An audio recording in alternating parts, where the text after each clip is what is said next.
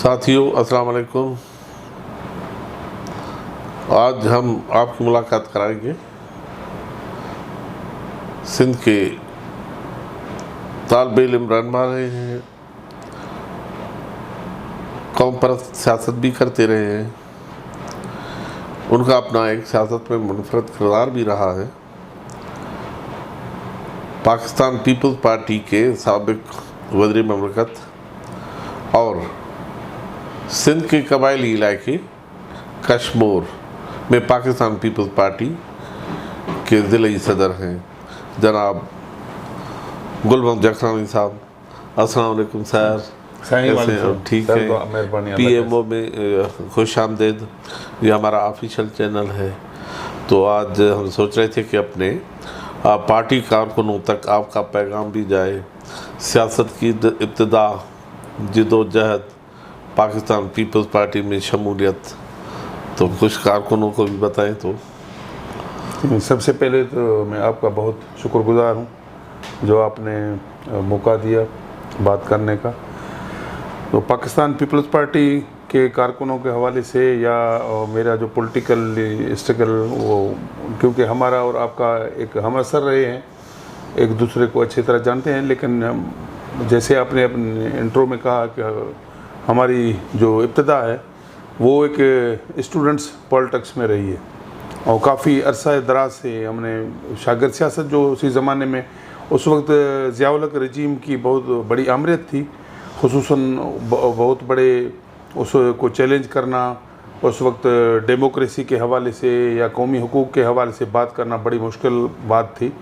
लेकिन आप जैसे दोस्त जिनका एंटी मार्शल या उन मार्शल रजीम के ख़िलाफ़ जो स्ट्रगल रही उसमें हमारा भी हिस्सा रहा। इसी वजह से बहुत सारा टाइम जो ज़िया-उल-हक के रजीम का जेलों में गुज़रा।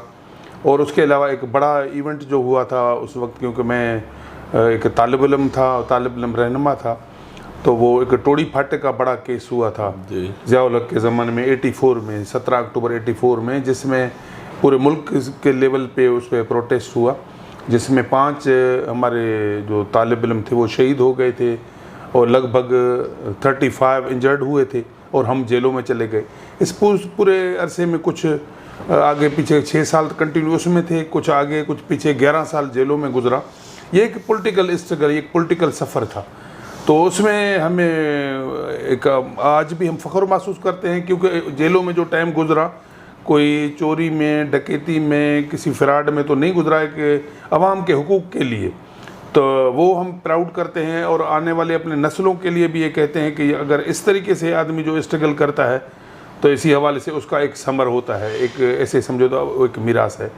तो इस ये एक हमारे सियासी, और मैं आपको ये भी गोशगुजार करूँ कि उसमें हमारे पर जो मिलिट्री कोर्ट का ट्रायल चल रहा था उसका, जिसने हमने जेल में रहकर बायकाट किया था, तो उसके बाद जो टूटी क्या कहते हैं, जो गैर जमायती लूली लंगड़ी जो असेंबली बन गई थी 85 की, उनमें भी इसमें शोर हुआ सिंध में और यहाँ पे वफाक में।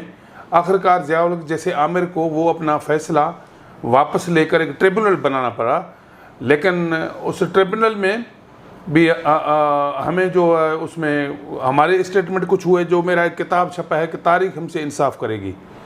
और उसके अलावा हमने 120 के करीब जो सियासी शख्सियात थे पाकिस्तान के, उनको अपना डिफेंस विटनेस में नाम दिया था। उसमें सर-ए-फ़हरिस्त नाम शहीद मोहतरमा बेनज़ीर भुट्टो साहबा का था, और उसके साथ साथ वली खान भी था, अताउल्लाह मेंगल भी था, प्रोफेसर गफूर का नाम था, शेरबाज़ खान मज़ारी का नाम था, शाह अहमद नूरानी का नाम था। सारे लोगों का वो आए, वो इस रोल पे जो आमरीत का रोल है, जो डिक्टेटरशिप का रोल है, उस पर बात करें। और मोहतरमा ने एग्री किया कि मैं उस पर ज़रूर रहूँगा, लेकिन उससे पहले उन्होंने हमें ये कहकर कहा कि हम इस ट्रिब्यूनल को सियासी अखाड़ा नहीं बनाएंगे, और उस ट्रिब्यूनल को मार्शल वालों ने तोड़ दिया जो जस्टिस अब्दुल रज़ाक थईम के सरबराही में बना हुआ था। बहरहाल फिर हमारा केस तो मिलिट्री कोर्ट में चाहे नहीं चला, लेकिन जब तक ज़िया-उल-हक ज़िंदा था हम जेलों में ही थे। कभी फैसलाबाद जेल में, कभी मच जेल में, कभी सखर सेंटर जेल में, कभी खैरपुर जेल में। लेकिन जब 88 में इसका ज़िया-उल-हक न ज़मीन में रहा न आसमान में रहा, गर्क हो गया, उसके बाद जो इलेक्शन हुए उसमें अल्लाह के मेहरबानी से डेमोक्रेसी बहाल हुई। शहीद मोहतरमा एक आमिर को उसने डिक्टेटर को अपने वालिद के शहादत के बाद उसके ऊपर जो जिम्मेदारी आई थी, बड़ा चैलेंज था, क्योंकि उस वक्त ज़ियाउल हक का यही था कि हमको पीपल्स पार्टी को ख़त्म करना है। और उस वक्त पीपल्स पार्टी के, हालांकि जो जैसे ढोकी साहब ने कहा, उस वक्त हम एक कौम परस्त उनके साथ थे, लेकिन जेलों में जब थे तो पीपल्स पार्टी के लोगों से जेल भरा हुआ था और हर एक कोड़े पे वो जिए भुट्टो के नारे लगाते थे। शहादतें भी हुई, फांसियाँ भी हुई, लेकिन ज़ियाउल हक खुद ख़त्म हो गया। पीपल्स पार्टी को या उसके जियाले को या भुट्टोइज़म के सोच को वो ख़त्म नहीं कर सका। उसके बाद शहीद मोहतरमा एक फातह के सूरत में अपने मुल्क में आया और इलेक्शन में भी कामयाबी हासिल की।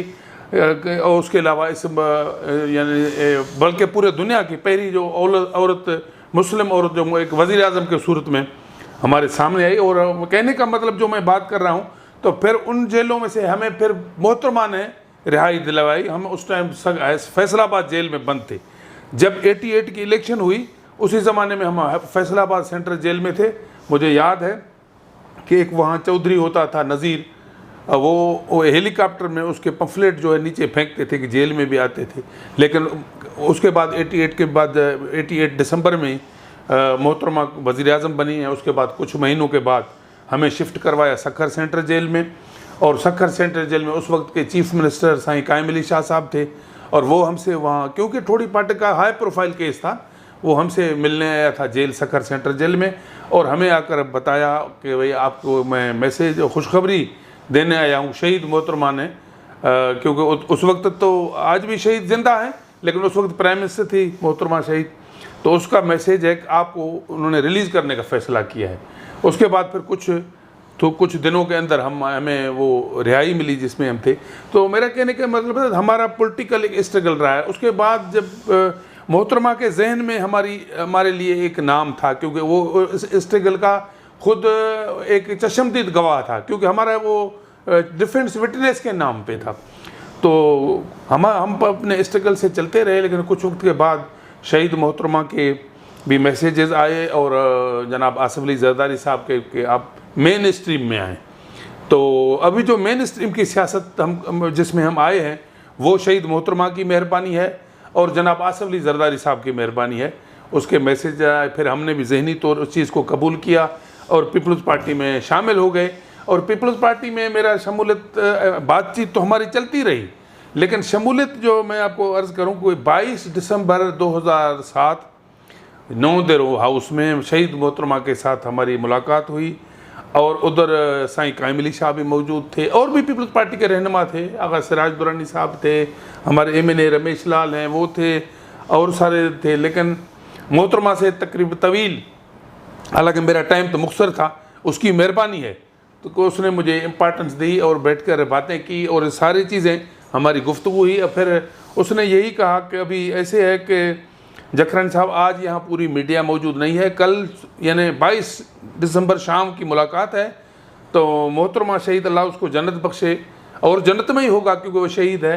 तो उसने कहा कल मेरा लाड़काना में जलसा है 23 तारीख को, और तुम उधर आ जाओ, सुबह यहाँ पहुँचो, मेरे साथ चलो लाड़काना वाले जलसा में, और उधर तुम्हारा बाज़ाब्ता ऐलान उधर होगा जलसा में, और मैं 2 मिनट आपकी तकरीर भी सुनूंगी।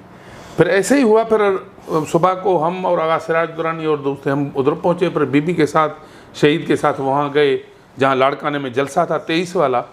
उसमें मुझे स्पीच भी करवाया गया और मेरी बाज़ाब्ता शमूलियत वहाँ हुई। और वो मोहतरमा की आखिरी जलसा था सिंध में, वहाँ वो तैयारी करके पंजाब उसके प्रोग्राम था जाने का, तो 23 को वो निकल कर आए मेरे ख्याल में बाय रोड उबाड़ो से जाम महताब से होते हुए, रात को उसके रहीम यार खान प्रोग्राम, दूसरे दिन रहीम यार खान में जलसा था। लेकिन बदकिस्मती, कहने का मतलब तो 27 दिसंबर को शहादत हुई, यानी हमारे ये जो शमूलियत हुई बाज़ाब्ता, उससे चंद दिनों की बात ही। फिर वैसे ही एक क़यामत का मंजर था। मोहतरमा की शहादत तो पूरे मुल्क के लिए तो अपनी जगह पे, पूरे दुनिया लेवल पे, उसके साथ खुसूसन सिंध पे तो एक ऐसे समझो तो क़यामत का मंजर था। और फिर इन हालात में कुछ लोगों का ये था सोच, कुछ लोगों का यही सोच था कभी मोहतरमा की शहादत के बाद ये पार्टी अभी आगे नहीं चल सकेगी। लेकिन इस दुख के मरहले में, इस गम के मरहले में मैं ऐसे समझो कि एक खराज तहसीन पेश करता हूँ जनाब आसिफ अली जरदारी साहब को, कि जिनके लिए ये कहा गया था कि इनके बस की बात नहीं है। यानी इन गम दुख के हालात में, इस सूरत हाल में उसने पार्टी को भी संभाला और उस दुख को भी संभाला, और इन सरकमस्टेंस में जो इलेक्शन हुए पूरे मुल्क में उसने एक भारी अक्सरियत हासिल की। और जिन लोगों का यही सोच था कि भाई पीपल्स पार्टी नहीं रहेगी, एक ऐसी अजीम शख्सियत जो जुदा हो गई, शहीद हो गई, लेकिन उसने उन सब जो उनके एंटी पीपल्स पार्टी फोर्सेस के जो बातें थी या इम्कान, उसको जरदारी साहब ने अपने अमल के ज़रिए उनको मुस्तरद कर दिया। और न सिर्फ अपनी हुकूमतें कायम की पूरे मुल्क के अंदर, वफाक के अंदर, सूबों के अंदर, लेकिन एक मॉडल डिक्टेटर मुशर्रफ जो जबरन ऐवान सदर में बैठा हुआ था, उसको उसने कोई बेखबरी में नहीं, लेकिन लाहौर में गवर्नर हाउस में उसने ऐलान किया कि ऐवान सदर में एक जियाला आएगा और सदर जी भुट्टो के नारे ऐवान सदर में लगेंगे। और उसने फिर अपना सियासी हिकमत अमली के साथ ऐसा करके दिखाया। किसी के सोच में भी नहीं था कि कोई ऐसा भी हो सकता है, और मुशर्रफ को ऐसे बाहर फेंक दिया, वो आज तक भी पागलों तरह न जिंदा है न मुर्दा है, यानी उसके वो ख़त्म हो। उसके अलावा उसने बहुत सारे उस अपने दौर इक़्तिदार में 18th अमेंडमेंट लाया, और उसके अलावा 200% से ज़्यादा जो जॉब करने वाले लोग हैं, छोटे बड़े, सबके तनख्वाहें बढ़ा दी, जो उस टाइम में बड़ी तनकीद होती थी कि जरदारी साहब ने ये क्या किया इतना खर्चा, लेकिन उसने सब आवाम के लिए बहुत, और बेशहीद बेनज़ीर इनकम सपोर्ट प्रोग्राम जो आज भी गरीबों को मिलता है। तो ऐसे ऐसे उसने कारनामे दिखाए, पार्टी को मजबूत किया, और अपने अमल के ज़रिए जो शहीद जुल्फ़िकार अली भुट्टो का विज़न था उस पर अमल करवाया। और यहाँ जो अकाइयाँ थी, जो मुल्क के अंदर जो इशूज़ थे जो बरसों से हल नहीं हो रहे थे, 18th अमेंडमेंट देकर उन्होंने सूबों को भी पावर दिए, अख्तियारात दिए। और उसके अलावा KPK वाले जो ऐसे समझो 50 साल से ज़्यादा अरसे तक अपने नाम के लिए वो कर रहे थे, तो उनको गद्दार कहा जा रहा था, लेकिन खैबर पख्तूनख्वा का नाम दिया, बड़े ऐसे कारनामे सर अंजाम दिया कि ये पार्टी मजबूत रहा और आगे भी इंशाल्लाह मजबूत रहेगा। और आज जब हम ये बात कर रहे हैं, आज पार्टी का जो क़यादत है, जो अलम है, जो शहीद जुल्फ़िकार अली भुट्टो का विज़न है, वो उसके नवासे हमारे नौजवान क़यादत जनाब बिलावल भुट्टो जरदारी साहब के हाथ में है। और हम आज सब जो भी पार्टी के हम वर्कर हैं, हम जो जियाले हैं, हम सब का यही है कि हम उनके हाथ मजबूत करें, क्योंकि अभी ये जो बैठे हुए हैं इन्होंने तो मुल्क का खाना ख़राब कर दिया, और उन्होंने जो भी वादे किए थे उन पे कोई भी अमल नहीं हुआ। सब्ज़ बाग दिखाए लोगों को। अभी आप देखो कि यहाँ मुल्क की इकानमी कहाँ बैठ गई है और मुल्क की खारजा पॉलिसी कहाँ है। इस वक्त इस मुल्क का हमारा अलमिया ये है कि हमारे मुल्क पाकिस्तान का दुनिया में कोई भी दोस्त नहीं रहा है, हमारे पड़ोसियों से भी दुश्मनी है। और उसके लिए बाहर जो पहले शहीद जुल्फ़िकार अली भुट्टो ने जो अपने दोस्त बनाए थे अपने उस दौर में, तो वो सारे अभी हमारे साथ नहीं रहे हैं। तो इसकी वजह से अभी एक ही पार्टी है, वो है पीपल्स पार्टी, जिन्होंने हर वक्त मुश्किल टाइम में इस मुल्क को सहारा दिया, इस मुल्क को बचाया, इस मुल्क को इस्तेहकाम दिया। तो वो आज उसकी जो फ्यूचर है, वो आज जो हमारी उम्मीदें हैं, हमारे कौम की जो उम्मीदें हैं, हमारे मुल्क की जो उम्मीदें हैं, वो जनाब बिलावल भुट्टो जरदारी साहब में हैं। इंशाल्लाह आने वाले वक्तों में जनाब बिलावल भुट्टो जरदारी साहब का अहम किरदार होगा। और ये तो अभी ये जिन भी फोर्सेस ने इनको लाया है, मैं ऐसे अभी समझता हूँ वो भी इनसे बेजार हो गए हैं, क्योंकि अभी वो बैसाखियों पे चल रहे हैं और प्रैक्टिकली उनका अभी चलना मुश्किल हो गया है। तो इस सूरत हाल में हम बिल्कुल पुरुमेद हैं, और इंशाल्लाह पाकिस्तान के अवाम को भी हम यही कहते हैं कि हमारा एक ही रास्ता है, पीपल्स पार्टी और पीपल्स पार्टी की लीडरशिप जनाब बिलावल भुट्टो जरदारी साहब के हम सब मिलकर हाथ मजबूत करें। उसमें अवाम का जो भी मसाइल हैं उसका उनमें हल है, क्योंकि पीपल्स पार्टी एक नज़रियाती पार्टी है, पीपल्स पार्टी एक विजनरी पार्टी है, पीपल्स पार्टी एक जदोजहद की पार्टी है।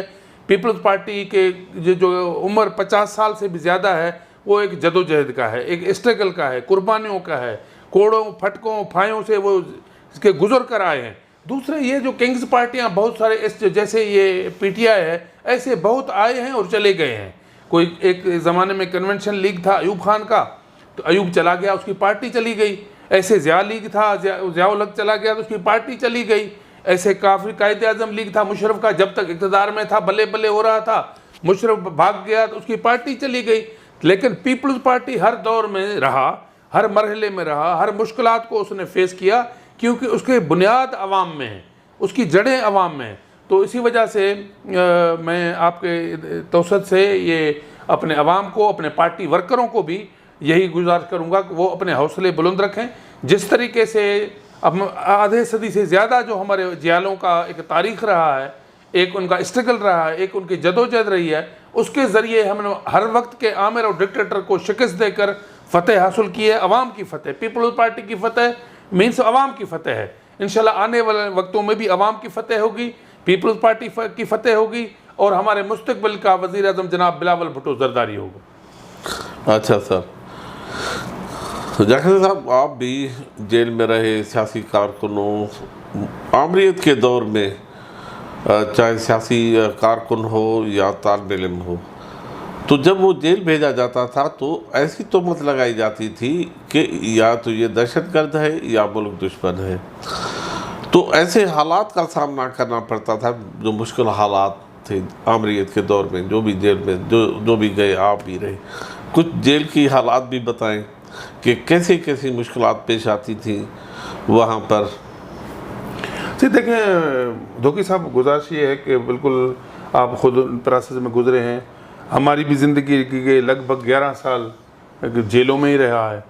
तो उसमें भी यही जो भी हर वक्त का आमिर और डिक्टेटर जो है वो हर पॉलिटिकल जो वर्कर हो या जो जदोजहद करने वाला हो, उसको खामोश करने के लिए, उनकी ज़बान बंद करने के लिए या दूसरों को डराने के लिए वो यही हथकंडे इस्तेमाल करते रहे कि उनको दहशतगर्दी के उन पर जो मार्शल लॉ रेगुलेशन के तहत या जो भी उनके एक्ट होते हैं वो लगाते रहे। लेकिन मसला ये है कि जब एक ज़हनी तौर पे एक आदमी इसके लिए ज़हनी तौर पे तैयार हो कि हमें इनसे मुकाबला करना है, तो वो उसमें जेल में भी बिल्कुल सलाखों के पीछे, फांसी घाटों में, फंदों में भी वो अपने आप को मुतमईन समझता है। तो हम इस तरीके से, हम भी जेलों में जो जिस तरीके से रहे, जैसे आप जो मेरे जैसे हज़ारों वर्कर रहे हैं, तो वो सारे हम अपने साथ साथ जो भी पॉलिटिकल वर्कर थे वो सारे मुतमईन रहे, खुश रहे, जेलों में बरसों का बरस खुश रहे। ये सोच भी नहीं था कि हमें कोई इनसे माफ़ीनामा लेना है, या अपना जो जहन को कमज़ोर कभी भी किसी ने नहीं समझा। तो उसमें जेल में बहुत से हालात होते हैं, कभी जेल गर्म होता है, कभी नरम होता है। गर्म होता है इसका मतलब डंडा बेड़ियाँ लगाकर वो फांसी घाटों में या बंद वार्डों में बंद करते थे। उसके अलावा कभी कभी भूख हड़तालें वगैरह स्ट्रगल जो जेल के अंदर होता है, उसके बाद वो जो जेल इंतज़ामिया है देखते हैं कि अभी इनको थोड़ा रिलैक्स करना है, फिर पॉलिटिकल वार्डों में रखते थे। तो ये अप डाउन सारे वो गुजरते थे। लेकिन जो सही माना में नज़रियाती और पॉलिटिकल वर्कर और जो स्ट्रगल कर रहे थे वो हमेशा अपने साबित कदम रहे। जब आप सियासत कर रहे थे या हमारा सा तालिब इल्मी का ज़माना, तो हम तवज्जो देते थे लिटरेचर पर, ज़्यादातर बुक्स पर तवज्जो देते थे, लीडरशिप की किताब पढ़ते थे। आप देख नहीं रहे कि वो अब रुझान कम हो रहा है कि लोग कम बुक पढ़ते हैं, कम लिटरेचर पढ़ते हैं, लेकिन उनकी जगह ले ली है इंटरनेट में। तो अगर आप ऐसा पैगाम दे दें कि इंटरनेट पर वो सब कुछ है जो हिस्ट्री है, ताकि एक मतलब एक तालिब इल्म जो होता है पूरी उम्र के लिए होता है, सिर्फ उसकी उम्र की कोई हद नहीं होती। तो जैसे आप थे तो बहुत सारे बुक्स पढ़ते थे, हो ची मैन का जितने भी कामरेड रहे, जितनी भी तहरीकें, कौमी आज़ादी की तहरीकें थी।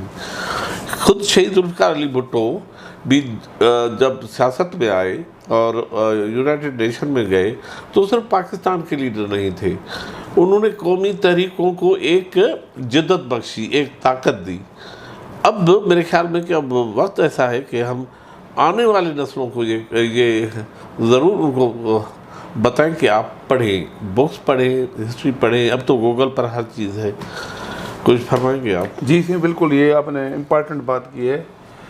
ये हकीकत है। जैसे हम भी जब जेलों का भी तज़किरा हुआ है, जेलों में भी हमारा ज़्यादा जो वक्त गुजरता था वो स्टडी सर्कल चलते थे अंदर, और उनमें जो भी हर जमात के लोग थे, पॉलिटिकल वर्कर, वो सारे जमा होते थे किसी एक बैरक में।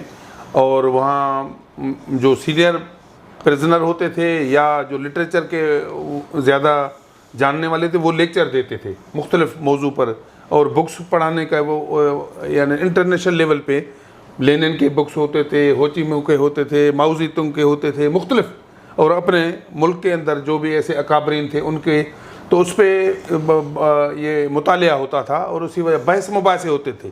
अगर आपस में भी कोई नज़रियाती इख्तलाफ होता था उसमें भी कोई जंग जदल नहीं होता था, दलाइल होते थे, दलाइल देते थे। लेकिन ये अभी बिल्कुल आपने सही फरमाया, जिसकी अभी इंटरनेट की वजह से या इस पे जो ज़्यादा लोग टाइम दे रहे हैं उसी वजह से उनकी कमी महसूस हो रही है। लेकिन हमें इस पे भी मैं हमारे जो यंग जो जनरेशन है और आपकी तवसत से मैं भी उनको गुजारिश करूँगा कि वो बुक्स पे भी तवज्जो दें, क्योंकि उनकी अपनी जगह पे इम्पार्टेंस है। हाँ ठीक है, आजकल जो दुनिया में तब्दीली आई है जिस पे इंटरनेट वगैरह ये जो चीज़ें हैं उस पर भी हम उसको इग्नोर नहीं कर सकते। वो सिर्फ हमारे पास नहीं है, पूरे वर्ल्ड वाइड ये चीज़ें हुई हैं। लेकिन उसके साथ साथ हमें अपने लिटरेचर पे और हमारे जो हिस्ट्री है, हमारे मुल्क की हिस्ट्री है और हमारे जो अकाबरीन हैं जिनका रोल है, जो हमारे हीरोज़ हैं जिनकी शहादतें हुई हैं, जिन्होंने अपने अमल के ज़रिए बड़ी स्ट्रगल की है, उनकी जो बुक्स हैं वो पढ़ें, बल्कि उन पे हम लिखें। अगर उन पे नहीं लिखा गया है तो हमारे जो यंग जनरेशन है वो भी उनके स्टडी कर पे उन पे लिखें, क्योंकि आने वाले नस्लों को जब वो चीज़ें हम एक बुक्स के सूरत में नहीं देंगे तो वो आज जब हम और जिस प्रोसेस से गुजरे या हमारे कलीग, हमारे दोस्त, हमारे हम असर जिसे गुजरे, कल आने वाले नस्लों को भूल जाएगा। तो इसी वजह से ये बहुत ज़रूरी है अपने आप को, अपने मुल्क के लिए, अपने कौम के लिए ये बहुत ज़रूरी है उनके तारीख़ को और उनके जो हीरोज़ हैं जिन्होंने स्ट्रगल किया अपने वतन के लिए, अपने धरती के लिए, अपने जमहूरियत के लिए, उनका जो किरदार रहा है वो हमारे लिए मशअल रहा होगा। वो तब होगा जब उनका हम मुतालिया करेंगे, हम स्टडी करेंगे और ज़हनी तौर पे हम उस बात को अपने नस्लों तक पहुंचाएंगे, तब हम आगे बढ़ सकेंगे। सर, मोहतरमा शहीद जब इक़्तिदार में आई तो सियासी कारकुन रहा हुए, फिर जब सदर आसिफ अली जरदारी साहब ने मुल्क का निज़ाम संभाला तो जब तक वो ऐवान सदर में रहे तो पाकिस्तान भर में कोई भी सियासी कैदी नहीं था। बिल्कुल। अब मुशर्रफ की वाक़यात है तो फिर जेल भर गए हैं सियासी तहमतों में, इल्ज़ामात, सियासी इल्ज़ामात पर, करप्शन के इल्ज़ामात दूसरे। तो कैसे देखते हैं उस दौर को, इस दौर को? सही देखो ना, गुजारिश ये है कि ये जो मैंने पहले आपको गुजारिश की, ये अभी जो बैठे हुए हैं ये किंग्स पार्टियां हैं। ये किंग्स पार्टियां बनते रहे हैं और ख़त्म भी हो गए हैं। जो जनाब आसिफ अली जरदारी साहब का विज़न था, वो जो एक सोच था वो भुट्टोइज़म का सोच था। उस विज़न को जो शहीद जुल्फ़िकार अली भुट्टो की जो सोच थी जमहूरियत के लिए और उसके अलावा गरीबों के लिए, किसानों के लिए, मज़दूरों के लिए, इसी वजह से उसने वो चीज़ जो ऐसे दौर में उसने वो आवाज़ बुलंद की जब यहाँ आमरत और डिक्टेटरशिप का दौर था। हालांकि वो अयूब खान के कैबिनेट में रहे, लेकिन वो अयूब खान के कैबिनेट को उस वक्त उसने ठोकर मारा जब अयूब खान खुद बैठा हुआ था। उसको छोड़कर उसने इल्म बगावत बुलंद किया और उस आमिर के दौर में इसने एक अवामी पार्टी का वजूद अमल में लाया जो पाकिस्तान पीपल्स पार्टी है। और वो कोई आसान काम नहीं था। उसके लिए भुट्टो साहब ने ड्राइंग रूम की सियासत नहीं की थी। शहीद जुल्फ़िकार अली भुट्टो गली कूचों में निकल गया, गाँव में निकल गया, लेकिन उसका जो विजनरी सोच था या उसका जो मैसेज था वो लोगों के दिलों में अंदर गया, एक नज़रियात पैदा हो गई। तो उसके बाद भुट्टो साहब को जिस तरीके से उसको हुकूमत मिली तो उस वक्त भी ये सूरत हाल थी कि मुल्क का आधा हिस्सा हम गंवा चुके थे। बाकी जो को बचा खुचा मुल्क था उसको अगर भुट्टो साहब जैसे एक पुरकशिश और इस किस्म का पुरज़म शख्सियत नहीं होता, ये मुल्क भी दूसरा जो बचा खुचा वो भी नहीं बच सकता। लेकिन उसने मुल्क को इस्तेकाम दिया, अपना जो कैदी जेलों में चले गए थे उनको रिहाई दिलवाई दी और ये मुल्क जो बिल्कुल खटारा बन चुका था उसको इस्तेकाम दिया, उनको मईशत को बेहतर बनाया, यहाँ कारखाने लगवाए और उसके अलावा लोगों को रोज़गार दिया। यही उनकी सोच थी। लेकिन अलमिया बदकिस्मती ये फिर वो आमिरों की सोच और इंटरनेशनल साजिश के तहत उसको शहीद किया गया। जब उसकी शहादत हुई तो फिर एक बड़ा इनकलाब इस मुल्क में आ गया। एक था भुट्टो फैक्टर, दूसरा एंटी भुट्टो फैक्टर। लेकिन भुट्टो फैक्टर इतना मजबूत और था जिसको कोई भी ख़त्म नहीं कर। जैसे पहले मैंने थोड़ा पहले ज़ियाउल हक का जिक्र किया, उसने भुट्टोइज़म को या भुट्टो फैक्टर को ख़त्म करने की कोशिश की, खुद ख़त्म हो गया। लेकिन भुट्टोइज़म आज भी मजबूत है, जिसको उस वक्त शहीद मोहतरमा बेनज़ीर भुट्टो साहबा के ऊपर जिम्मेदारी आई। उस वक्त शहीद मोहतरमा की इतनी बड़ी उम्र भी नहीं थी, लेकिन जिसके हादसाती तौर पे एक बड़ा जिम्मा उसके आया, तो उसने इस तरीके से उसको संभाला कि बड़े मॉडल डिक्टेटर से मुकाबला किया, बहुत बड़ी स्ट्रगल की, जिनके सोच में ये बात नहीं था कि कैसे इसको आगे बढ़ाएंगे। लेकिन उसने अपने स्ट्रगल और जदोजहद जो उसका रहा, वो बिल्कुल अपने आप को उसने पूरे दुनिया में मनवा लिया और अपने पार्टी को मनवा लिया और इस यहाँ के आमरों को शिकस्त दी। तो इसी तरीके से यही जिम्मेदारी जनाब आसिफ अली जरदारी साहब के ऊपर भी ऐसे वक्त पे आया जो किसी के सोच में नहीं था कि ये जरदारी साहब जब मोहतरमा के बाद कैसे करेगा। लेकिन उसने सब चीज़ों को संभाला। और उसके अलावा ऐसे जैसे आपने खुद फरमाया, तो पूरे ये 5 साल का अरसा जो उसने गुजारा, कोई एक भी पॉलिटिकल प्रिजनर जेल में नहीं था। हालांकि जो बहुत सारे बातें करते थे, आसिफ साहब के खिलाफ बातें करते थे, पीपल्स पार्टी के खिलाफ बातें करते थे, तनकीद कर, उन्होंने सबको खुला छोड़ दिया। लेकिन उसका ये एक जमहूरियत की जो है ये एक हुस्न भी है और जमहूरियत का एक कामयाबी भी है। तो जिस तरीके से जरदारी साहब ने गवर्नमेंट की, आज सब लोग उनको याद करते हैं। उसने यहाँ पे के लोगों को, आवाम को हुकूक दिए और उनके जो बुनियादी राइट थे यहाँ के अकाइयों के। यहाँ जाहिर बात है, ये जिस मुल्क में हम रह रहे हैं वहाँ मुख्तलिफ अकाइयाँ हैं, इसे कोई भी इग्नोर नहीं कर सकता। जो माजी में किनका सोच था, कोई भी अकाई नहीं है, सब उन्होंने 1 यूनिट बनाया था, लेकिन नहीं हो सका। वो 1 यूनिट फिर टूट गया, क्योंकि इसी हवाले से बंगाली थे, साथ सिंधी थे, पंजाबी थे, पख्तून थे। तो उनके हैसियत को आके जरदारी साहब ने माना और उनके जो हुकूक थे वो उनको दिलवाए। और उसके साथ बलूचिस्तान के साथ जो जब हमेशा जबर होता रहा, उनको as a president, head of state, उसने माफ़ी ली, क्योंकि वो कोई जुर्म जरदारी साहब ने नहीं किया था। लेकिन उससे पहले जो भी आमिर आए, डिक्टेटर आए, उन्होंने किया। तो इसने as a head of state और उसके अलावा आगाज़ हुकूक बलूचिस्तान दिया, ताकि एक हमारे अकाई हैं उसको ठंडा किया जाए, उनको अपने साथ लेकर चले। इस हवाले से जैसे मैंने पहले जिक्र किया, पख्तूनों को वो नाम के लिए तरस रहे थे, भाई कौन सा इसमें कौन सा मुल्क को नुकसान है।